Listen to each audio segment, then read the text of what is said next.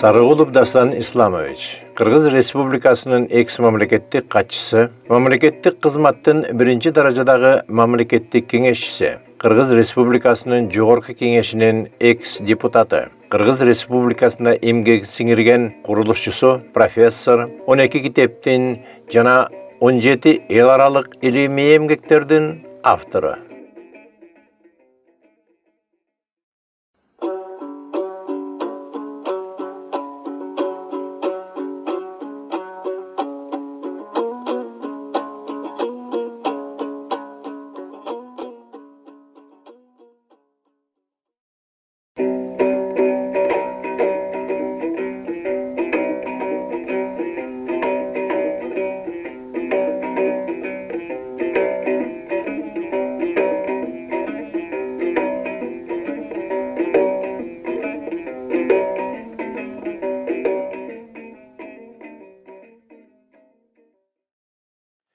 Arabasın aruu Kırgızım бар болуңуздар.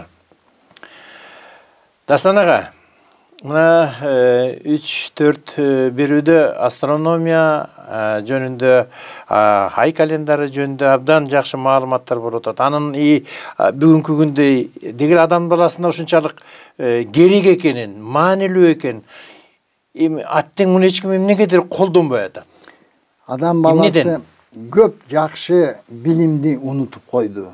Мисалы табыпчылыкты алсак, тамыр кармоо тамырчылык. Биз азыр антибиотик тиги деп эле жаман жолго түшүп албадыкпы? Анын кесепети аллергия башталат экен, анын бир топ зыяндуу жерлери бар экен. Ошондой эле ушул астрономия билимин биринчиден бул билим кыргыздарга таандык. Муну ачык айтып коюш. Кайтырып айталы. Кыргыздарга таандык. Кыргыздар жапайы, маданиятсыз, артта калган эл деген түшүнүк менен бу билимге илимпоздор кызыкпай келатат дагы. Кыргыз өзү баа бербей келатат. Кеп ошондо. Өзү баа бербей келатат. Бирок бул адамзатка абадай керек маалыматта. Бүгүн дагы 21-кылымда дагы адам баласынын турмуш тиричилигин жеңилдете турган, алдын ала билип берге кам көргүн деген маалымат абдан керек да. Качан мөңгүлөр эрийт, качан суу кирет деген маалымат өтө маанилүү да. Жазгы талаачылык жумуш, жыйын-терин мезгилде, аңчылык койчу, тиричиликтин көп учурларында буга түздөн-түз байланыштуу. Эми бул нерсени кабыл албай унут болгон үчүн бүгүн адамзат жалпы жонунан туңгуюкта экенин да көрсүн. Көп учурларда туңгуюкка өзгөчө табиятты менен эриш аркак жашоонун ордуна биз табиятты башкарабыз деп, табиятты багындырабыз деп, табиятты талкалап, натыйжада коронавирус пайда болуп, адам баласын азыр акесин таанытып атат. Айтып атпайбы? Адамча жашагыла, табияттын мыйзам эрежелерин буспагыла, буссаңар мыногундай апаат болот деп атат да. Эми өтө маанилүү маселе. Мындай. Ушунча 1000 жыл жылдыздардын сырын иликтеп, изилдеп, күнүмкү турмуш тиричиликке кандай таасири бар деген керемет билимди тапкан кыргызды таш менен тоого сыйынган деген сабатсыз, акылы тайкы адамдар кыргызды басынтып атат. Бул кыргыздар тоого ташка сыйынган деп атат.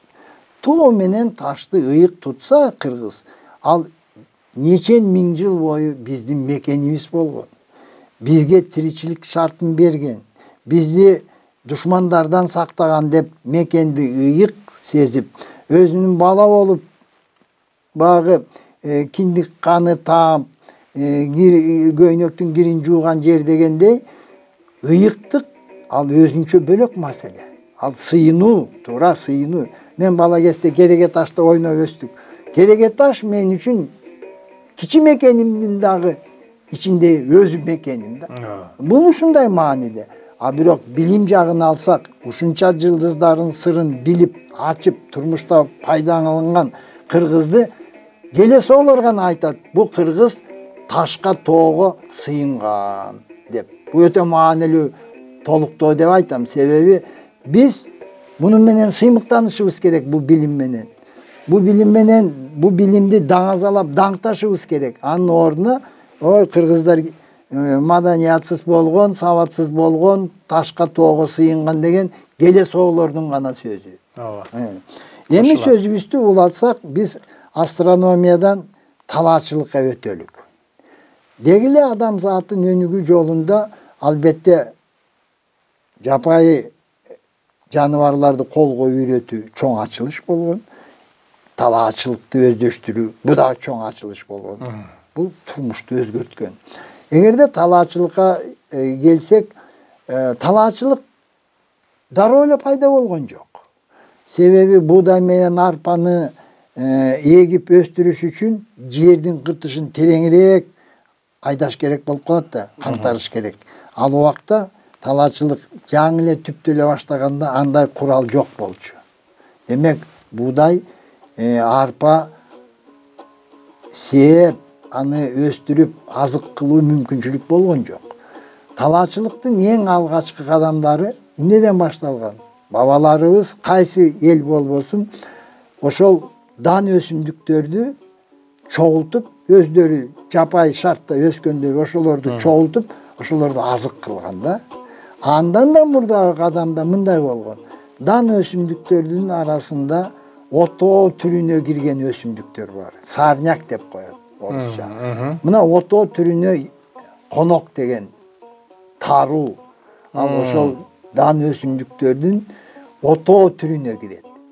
Мурда кийин анан багы миң жылдар өткөн сайын жаңы сортторун чыгарып, башында булардан өсүмдүктөрдүн отоо түрүнө кирген, аны эч ким эккен эмес, эч ким сепкен эмес, аны чогултуп эле күзүндө аш кылган. Эми дал ошо талаачылык жаңы эле калыптана баштаганда соконун учу же таш болгон, же сөөк болгон. Аны тарткан кийин өгүз болду, андан кийинирээк ат болду, андан мурда адамдар өзү сокону тарткан.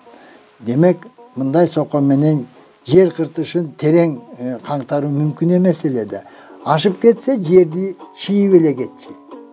Чийип 5 сантиметр, 6 сантиметр чиет, буудай өнбөйт, арпа өнбөйт. Эмне өнөт? Таруу. Таруу өнөт. Ошон үчүн биздин бабаларыбыз эң байыркы доордо тарууну пайдаланган. Таруунун өзгөчөлүгү эмне? Биринчиден, бул сугатты талап кылбайт. Экинчиден, эгерде арпа менен буудайдын бир даны 40 же 35 дан туйт, таруу болсо 800 1000 баш туйт. Бир эле үрөөнү 800 же 1000ди. Түшүндүрүүнүн эметиңиз көрдүңүзбү? Айырмасы сугатты талап кылбайт, жерди чийип эле кетсе жетиштүү болот.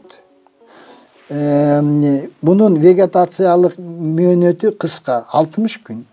Ашып кетсе 80 күн, бышып калат. Буудайыңыз 180 күн, 200 күн, 170 күн. Аны ким күтүп отурат? Көчмөн кыргыз. Табияттан алып коюп. Табияттан алганда. Анан менен дагы калориясын алсак, мисалы, тарууда 1 килограммда 306, а 1 килограмм этте 216. Таруунун калориясы өйдө болуп атпайбы?